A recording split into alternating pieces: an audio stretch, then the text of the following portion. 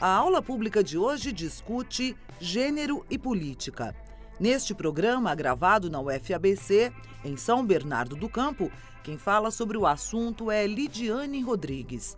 Doutora em História e pós-doutorada em Sociologia pela USP, Lidiane é professora do Departamento de Ciências Sociais da UFSCar. Em 2010, Dilma Rousseff foi eleita a primeira presidenta do Brasil. Em 2014, foi reeleita, mas em 2016 sofreu um processo de impeachment. As representações da candidata e da presidenta sofreram modificações entre a campanha de 2010 e o impeachment de 2016. Desde a sua primeira candidatura, Dilma enfrentou uma situação única por conta da condição feminina. Que tipo de discurso ela teve que enfrentar? Que lugar foi a ela reservado? Como a oposição se referia a ela? O fato de o Brasil ter eleito uma mulher para o posto máximo de poder seria sinal de um avanço na superação da simetria entre homens e mulheres? Ou as estruturas da dominação entre os gêneros permaneceram intactas? Sexo, gênero e política. O que a história de Dilma Rousseff nos ensina?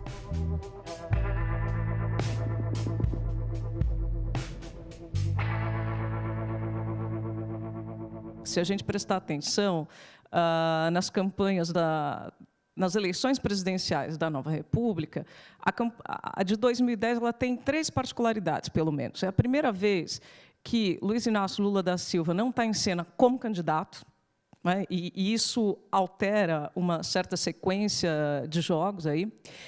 É a primeira vez que a gente tem, então, duas mulheres disputando, e uma delas com muitas chances de ganhar a parada, tá certo?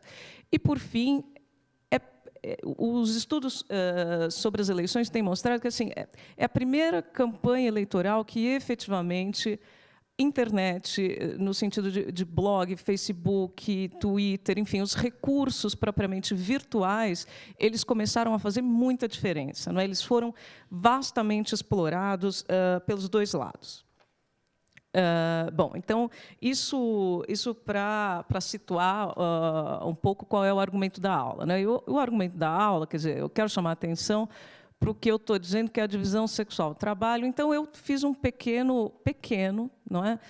Eu tenho apanhado sistemático, mas eu selecionei, digamos, eu fiz um apanhado do trabalho dos homens e do trabalho das mulheres na propaganda política da campanha de 2010. O primeiro episódio, vamos nos lembrar. Em junho de 2010, então, por meio do Twitter, certo? A vereadora tucana de São Paulo, Mara Gabrilli, faz a seguinte pergunta: você confiaria seus filhos para Dilma como babá? Isso teve uma certa repercussão, houve respostas e assim por diante. Bom, muito bem. Vale lembrar, essa pergunta ela foi feita um dia após as pessoas tomarem conhecimento de uma pesquisa do Ibope que já indicava a Dilma na frente com mais chances do que o Serra, não é? Adiante. Então, um outro caso. Quem era a coordenadora da campanha do José Serra? Sonia Francini, mas ela era a coordenadora de campanha na internet, não é?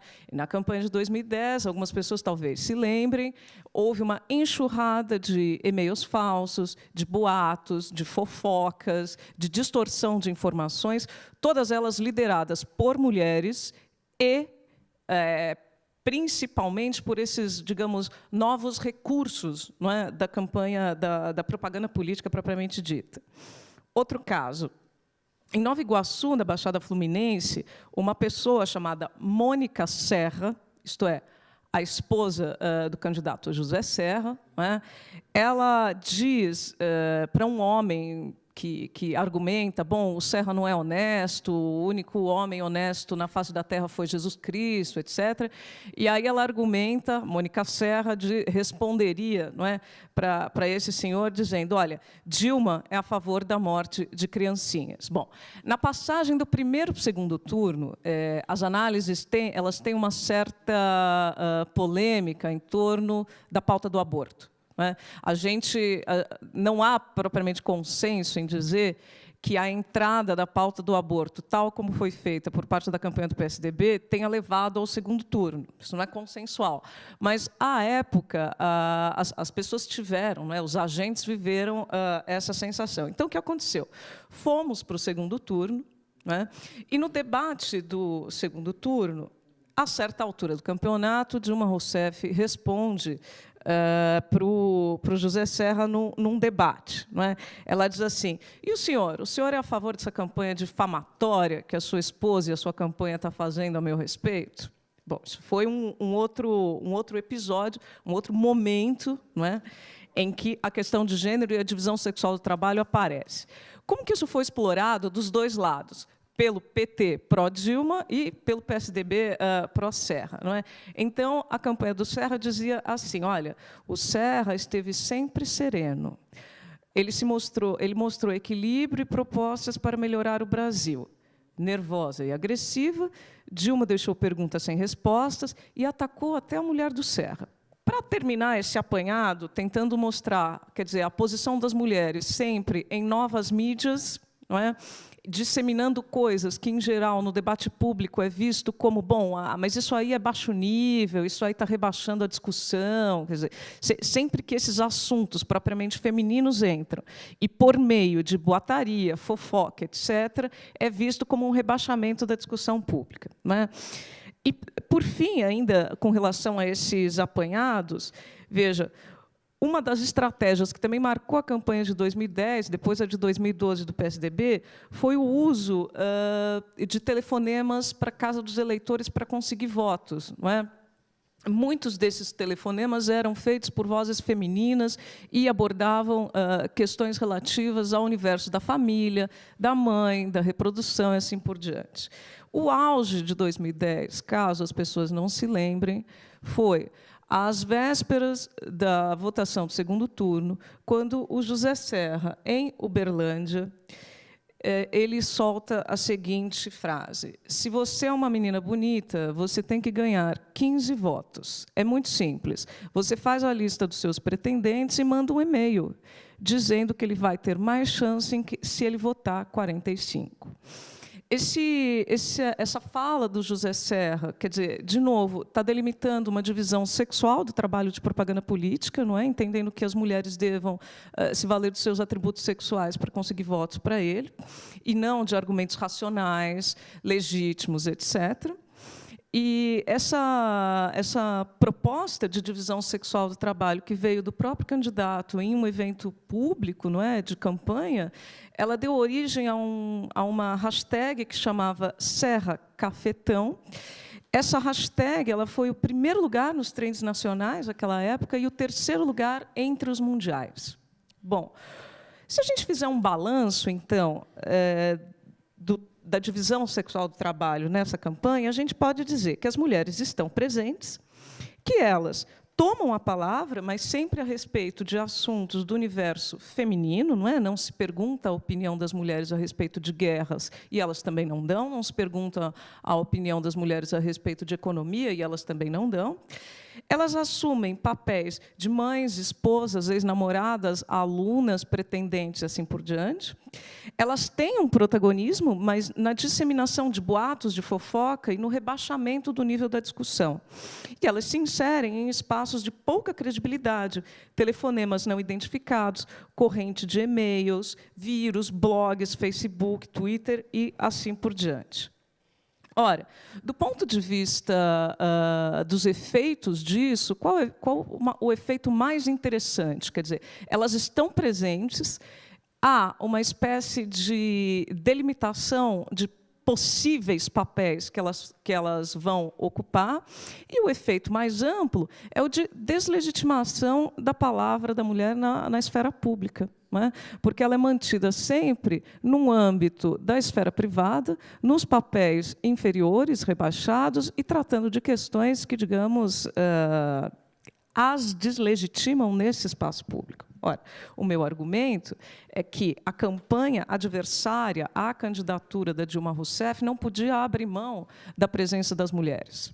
Não é? Tratava-se de enfrentar uma oponente mulher que, não pela candidatura, mas pelo modo de se colocar nessa candidatura, desafiava precisamente esses papéis. Mas, se vocês assistirem o debate de segundo turno ao qual eu estou me referindo, vocês vão notar que o que ocorre ali é uma quebra de pacto da Dilma com uma espécie de contrato implícito a respeito do que é a palavra legítima das mulheres. Quer dizer, as mulheres, elas têm a palavra legítima para serem fofoqueiras, para distribuir boatos, para distorcer os fatos, para falar em subterfúgio e no obscuro. E o que a Dilma faz é simplesmente uma quebra de contrato. Ela diz, mas e aí, o que o senhor acha disso que estão fazendo contra mim?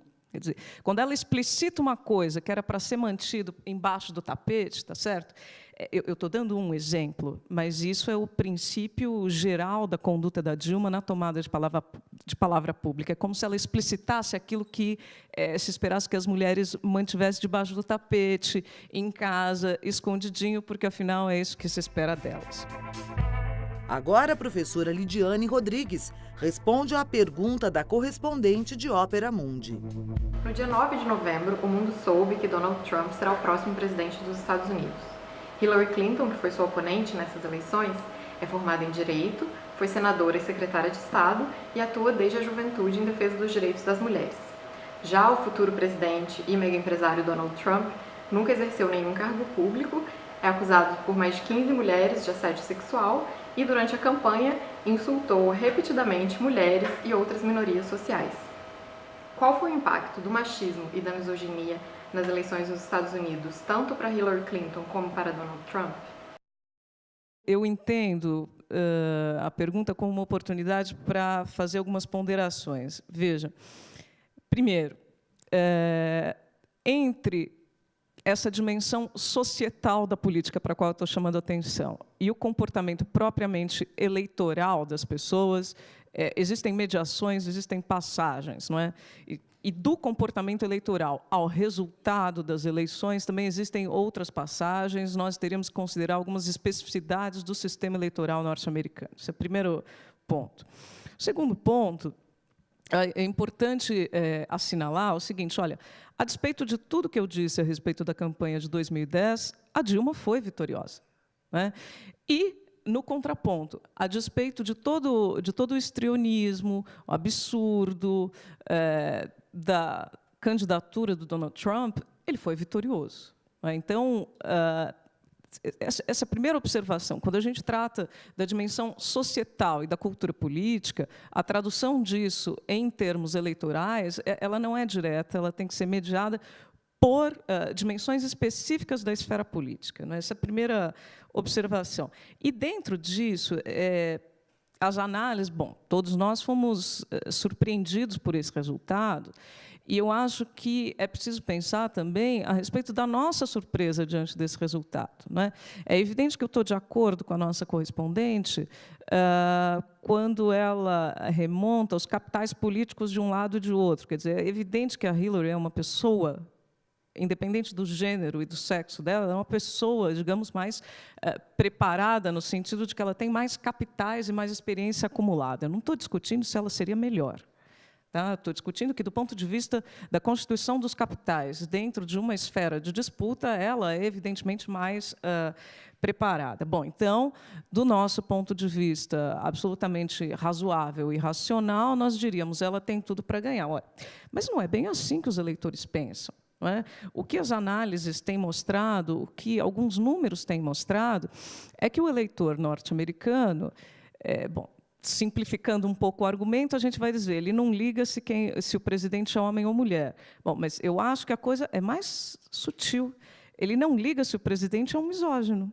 Ele não liga se o presidente tem todos esses processos nas costas. Ele não liga, talvez, para os capitais de competência política de quem ele está elegendo. Mas ele se importa com outras dimensões e nós não tínhamos noção do quanto essas dimensões são mais decisivas numa comparação com relação ao que seria a grade de valores, a uma conduta mais ou menos legítima, não é, que se esperaria de um homem público, que são as dimensões da economia, da política e a xenofobia. Não é? Isso, eu acho, eu entendo que naturalmente, a disputa entre um homem e uma mulher pela presidência da República não pode ignorar a dimensão de gênero, porém, isolar essa dimensão para explicar todo o resto não é possível, né? Nas eleições norte-americanas, então, a dimensão econômica e a dimensão dos imigrantes e da xenofobia norte-americana, ela falou muito mais alto. Talvez ela tenha sido mais decisiva na escolha do voto. Não dá para ignorar que os papéis atribuídos aos sexos, né, nessa divisão sexual do trabalho político, eles têm um nexo muito sério com a formação religiosa desses países, não é? Então, certamente, escândalos, voto, papel das mulheres e assim por diante, nos Estados Unidos, ele tem um nexo com a formação protestante do país, ao passo que, no nosso caso, isso é indissociável da nossa formação católica, não é? Dado que essas duas vertentes dentro do cristianismo atribuem papéis muito diferenciados ao corpo da mulher enquanto reprodutora, por assim dizer.